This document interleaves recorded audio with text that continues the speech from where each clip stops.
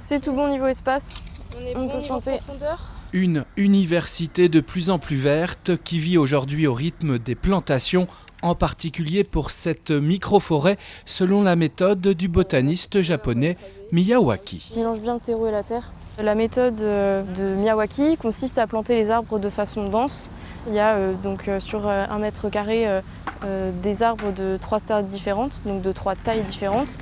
Donc de façon dense, en alternant les strates, en alternant les espèces également. Il faut savoir qu'avant de planter les arbres, on a eu beaucoup d'étapes préalables. L'année dernière, on s'est concentré beaucoup sur les recherches bibliographiques autour de la méthode. Une méthode qui a le vent en poupe, qui fonctionne selon les principes d'une forêt naturelle à l'échelle réduite. Ici, ce sont 900 végétaux sur 300 mètres carrés qui vont donc être mis en terre très près les uns des autres. Des arbrisseaux, des arbustes et des arbres. Une trentaine d'essences locales qui, en se faisant de la concurrence, vont pousser très vite. On simule un phénomène naturel parce que quand on regarde des semis de chênes en bordure de forêt, c'est extrêmement dense. C'est extrêmement dense. Les arbres se font de la concurrence. Il y en a beaucoup qui sont éliminés. Il y en a quelques-uns qui survivent.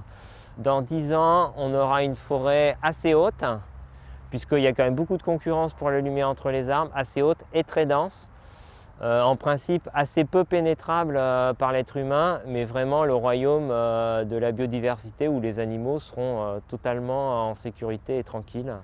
Pour obtenir cet écosystème, les étudiants ont préalablement préparé le terrain en enrichissant cet espace dédié à accueillir la microforêt. Après un important paillage, 3 ans de suivi et d'arrosage seront nécessaires. Un petit poumon vert, bientôt plein de vie, qui sera prolongé par une haie fruitière jusqu'au potager de l'université.